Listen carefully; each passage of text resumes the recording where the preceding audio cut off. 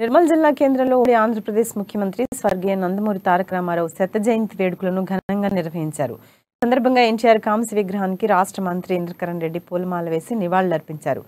విశ్వవిఖ్యాత నట సార్వభౌముడు సినీ జీవితంలో నుంచి రాజకీయ చదరంగంలో పెట్టి తెలుగు ప్రజలతో నిరాజులు అందుకున్న మహానేత ఎన్టీఆర్ అని కొనియాడారు. ఈ కార్యక్రమంలో మున్సిపల్ చైర్మన్ ఈశ్వర్, బీఆర్ఎస్ కౌన్సిలర్లు పాల్గొన్నారు.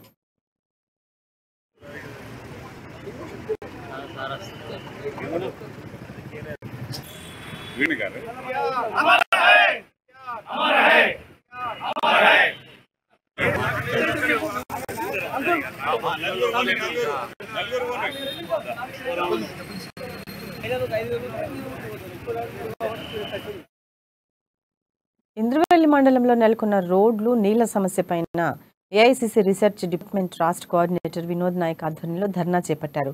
ఈ సందర్భంగా వినోద్ నాయక్ మాట్లాడుతూ ఇంద్రవెల్లి మండలంలో ప్రతి గ్రామంలో కనీస వసతులు, రోడ్లు, తాగునీటి సౌకర్యం కల్పించడంలో ప్రభుత్వాలు, నాయకులు విఫలమయ్యారన్నారు. ఇప్పటి వరకు పాలించిన నాయకులు కేవలం వాళ్ళ కుటుంబ అభివృద్ధి కోసం పనిచేశారే తప్ప నియోజకవర్గం అభివృద్ధి పట్టించుకోలేదన్నారు. ప్రజల హక్కులు కల్పించడంలో విఫలమైన కలెక్టర్ సంబంధిత అధికారులను ప్రతివాదులుగా చేర్చి జాతీయ హక్కుల కమిషనర్కి ఫిర్యాదు చేస్తామని హెచ్చరించారు.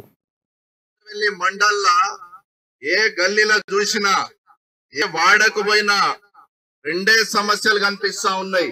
ఒకటి రోడ్డు సమస్య మరియు నీళ్ల సమస్య. నిజంగా స్వతంత్రం వచ్చి 75 సంవత్సరాలు పూర్తయినా కూడా ఇయాళ్ళటికి మన దేశ ప్రజలు తాగి నీళ్ల కోసము మరియు రోడ్డు సౌకర్యం లేక ఇబ్బంది పడుతున్నారంటే ఇంతకంటే దరిద్రము ఇంకా ఏది ఉండదు నాకు తెలిసి.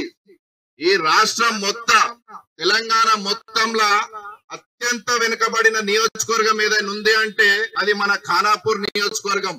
ఆ ఖానాపూర్ నియోజకవర్గంలో అత్యంత వెనుకబడిన మండలి ఏదైనా ఉంది అంటే అది మన ఇంద్రవెల్లి మండలే. నిజంగా చెప్తా ఉన్నా, అక్కడ నిల్చున్న అన్నదమ్ములందరూ కూడా ఇక్కడ ఆడోళ్ళు కూర్చున్నారు వాళ్ళ సమస్య కోసం. మీరు ఆడ నిల్చునుడు ఇది ఏం కూడా కరెక్ట్ కాదు. ఎందుకంటే ఇది మన సమస్య. ఆడోళ్ళకు ఉన్నది ధైర్యము, మనం మొగోళ్ళమై ఉండి మనకు ధైర్యం లేకపోతే వాళ్ళ ముందు నిజంగా మనం తలదించుకున్నట్టే.